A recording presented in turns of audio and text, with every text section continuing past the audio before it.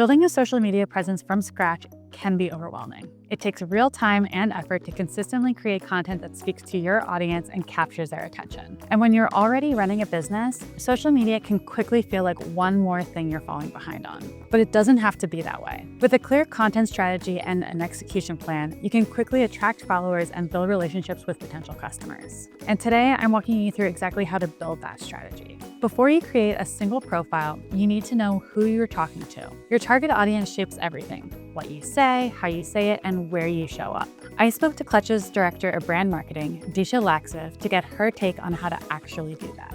Before you post anything, it's very important to understand your audience. Demographics matter, but I think behavior matters more. So I think it's important to kind of do a historical view in terms of like everything you've posted and what are your top performing posts that are actually resonating with your audience.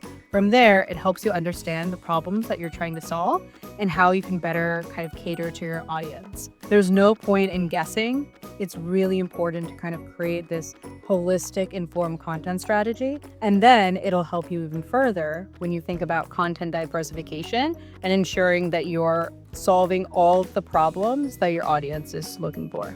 And that last point is key. Once you truly understand your audience, everything else gets easier, including deciding what platforms you want to focus on.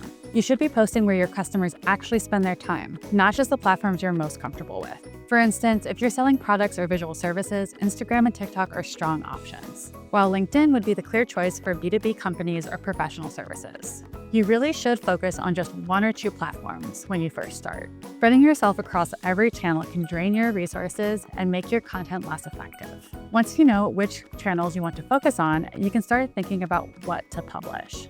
And a great place to start is with content pillars. But what does that actually mean?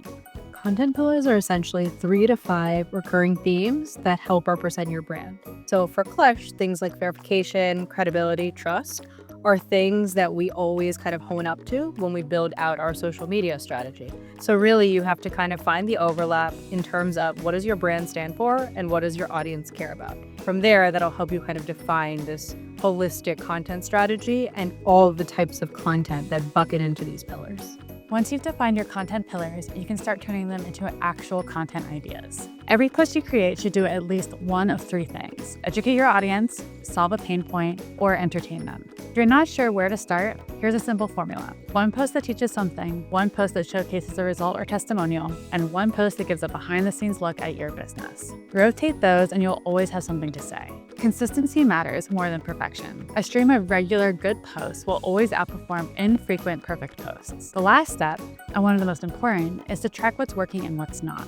Look at which posts got the most reach, saves, shares, or engagement, and look for patterns. Double down on what's landing and let go of what's not. Your content strategy should never be static. The best brands treat it like a living document, constantly learning, testing, and refining based on real data.